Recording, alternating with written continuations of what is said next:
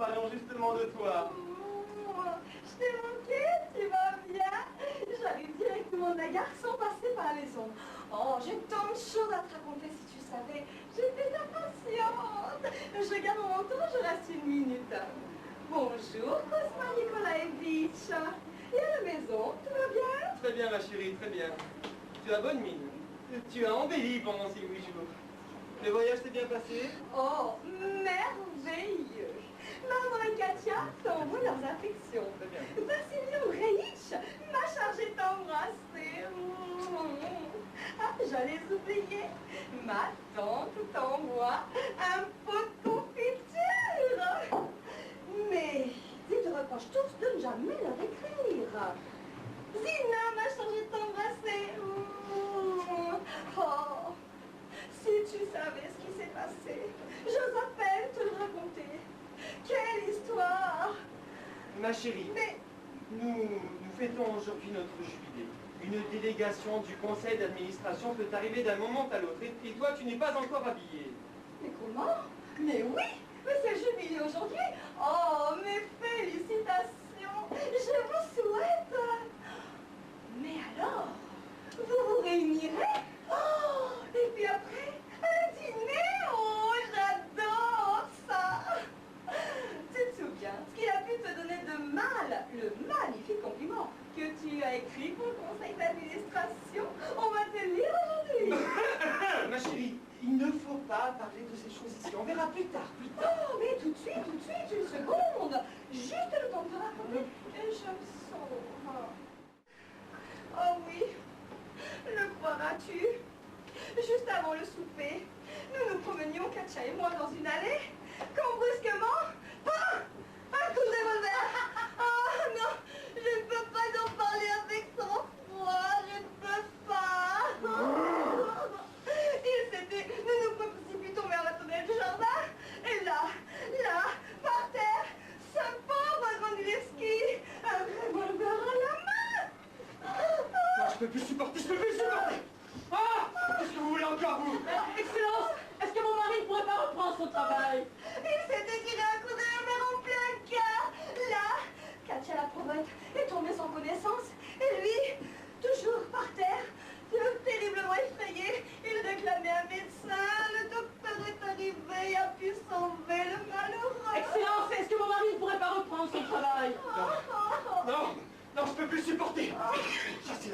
Chassez-la d'ici, je vous en supplie. Oh, d'ici! Non, passez-la, c'est un homme pour l'assassine. Oh, d'ici! Fiche le camp. Mais non, que je suis malheureux, mais chassez-la d'ici. Dehors, ou je t'extropie. Je te réduis en poussière. Je vais commettre un crime. Mais non, passez-la. Passez-la. Arrêtez, d'ici.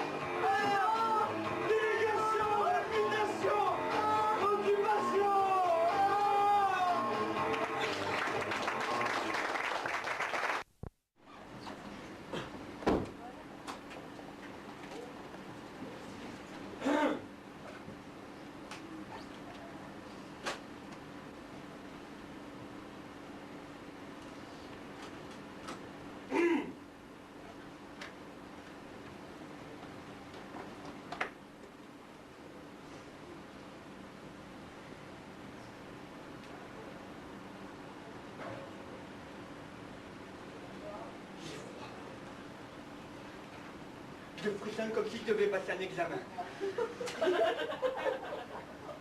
Prendre une décision.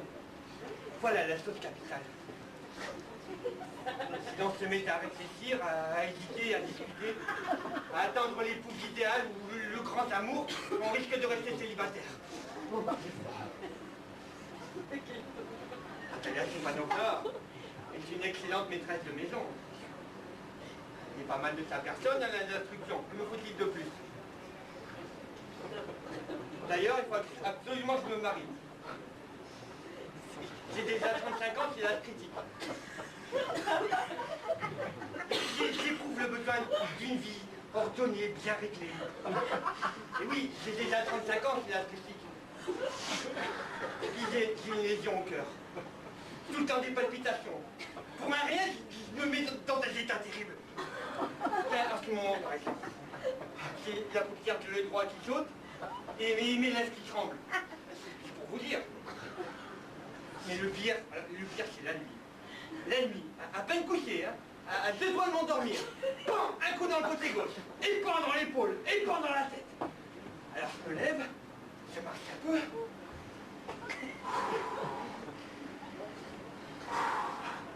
Et puis je me recouche. Et allez, ça recommence. Pan dans le côté, pan, pan, au moins 20 fois de suite. Alors je me Tiens, c'est vous? Bonjour, Madame Vassilievitch. Bonjour, inestimable Natalia Stepanovna. Excusez-moi, je suis en tablier, pas très présentable. J'étais en train d'écosser des petits pois pour les faire sécher. Asseyez-vous donc.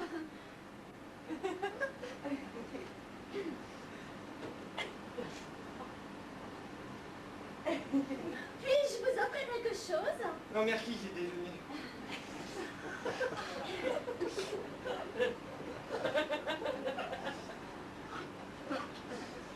Fumez, je vous en prie.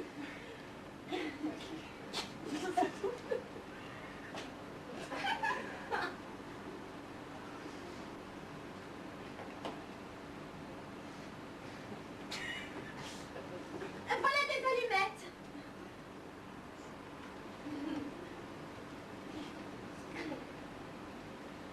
Le temps est superbe aujourd'hui. Mais hier, il a tellement plu que mes ouvriers n'ont rien pu faire de toute la journée. Comment marche la fenaison? Moi, figurez-vous que j'étais trop gourmande. J'ai fait faucher le grand pré. Et maintenant, je le regrette. J'ai peur que le foie ne soit abîmé. J'aurais mieux fait d'attendre un peu.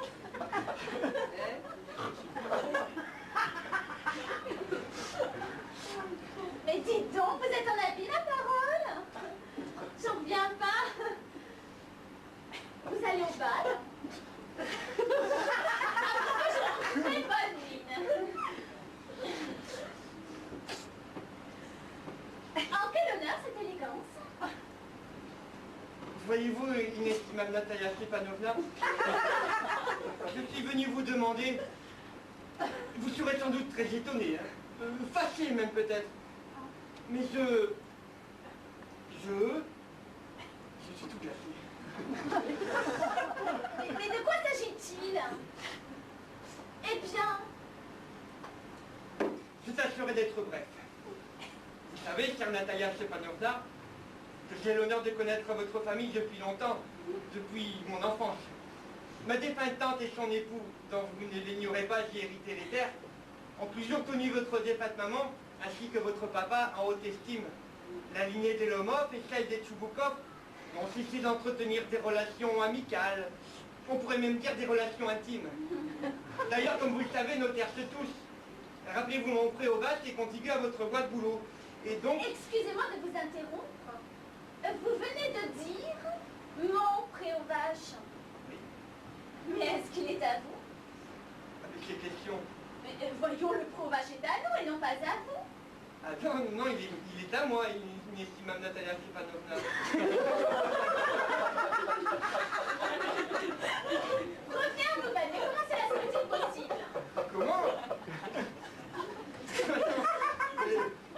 Je parle bien du pré qui forme une enclave entre votre bois de boulot et le marais brûlé. Oui, parfaitement, il est à nous. Ah, vous vous trompez, inestimable Natalia Stepanovna, il est à moi. Revenez à vous, Ivan Vassilievitch. Depuis quand est-il à vous? Depuis quand? Mais depuis toujours. Mais ça, alors, je vous demande bien pardon. Ah, mais les documents sont là, Natalia Stepanovna.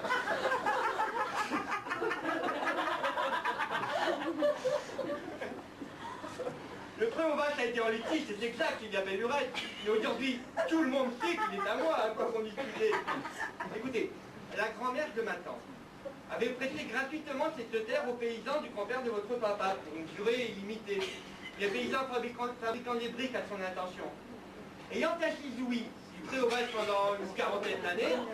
Les paysans du compteur de votre papa s'étaient habitués à le considérer comme leur bien. Si, je vous en prie, mademoiselle, je vous en supplie. Je ne peux pas poursuivre cette discussion, j'ai des palpitations. Je ne me tairai pas tant que vous n'aurez pas avoué qu'Ougadaï vaut 100 fois votre cataille. Il vaut 100 fois moins, qu'il crève votre cataille. Mais bon, votre Ougadaï n'a pas besoin de crever, lui, c'est déjà une charogne. Taisez-vous, mon cœur va éclater. Je ne me tairai pas. Mon cœur éclate. Non, mais, vous vous prenez pour un chasseur, vous ne savez même pas vous tenir en selle, alors... Ivan Vassilievitch, Ivan Vassilievitch, il est mort. Oh, Ivan Vassilievitch, revenez à vous, revenez à vous, je vous en prie. Revenez à vous. Ah, il vit. Revenez à vous, Ivan Vassilievitch. Mais je consens au mariage,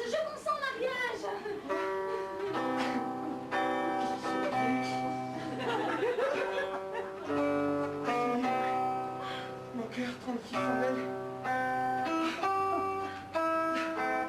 Moi aussi, je consens au mariage. Je suis heureux, Natalia Stepanovna. Moi aussi, je suis très heureuse. Mais convenez-en maintenant. Ougadaï ne vaut pas Otkataï. Si. Ah non. Mais si. Ah non. Mais si. Mais non, je vous Mais dis. si, la main sur ton cou. Mais non, ça m'empêche.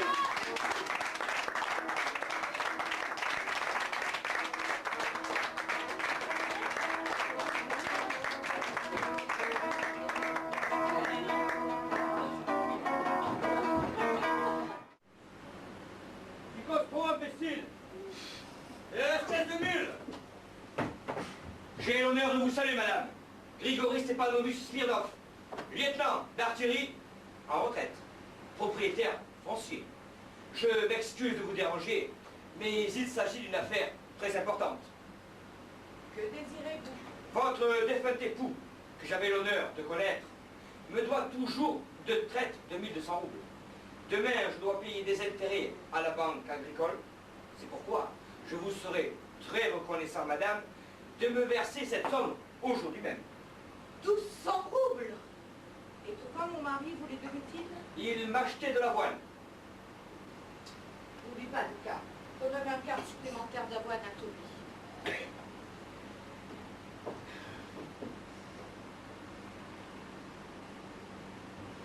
Si Nikolaï Mikhailovitch vous devez de l'argent, il va de soi que je vous le rendrai, monsieur.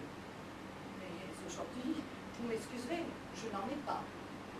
Après-demain, mon régisseur reviendra de la ville et je lui demanderai de vous régler cette dette. Mais aujourd'hui, je ne peux rien pour vous. Il y a d'ailleurs 7 mois que mon mari est mort et mon humeur est telle que je ne me sens pas du tout disposée à entendre parler d'argent. Et moi, si je ne paie pas les intérêts demain, je suis complètement fichu. Voilà mon humeur. Ma propriété sera saisie. Vous aurez votre argent après-demain. Ce n'est pas après-demain qu'il me le faut, c'est tout de suite. Excusez-moi, mais c'est impossible. Et moi, il m'est impossible d'attendre jusque-là. Je sais pas. Je sais pas. Et moi, je suis furieux contre moi-même. Tomber amoureux de vous comme un potache. Me mettre à genoux. J'en ai froid dans le dos. Je vous aime. Je ne me le pardonnerai jamais. Balek, je vous déteste. Nous allons nous battre.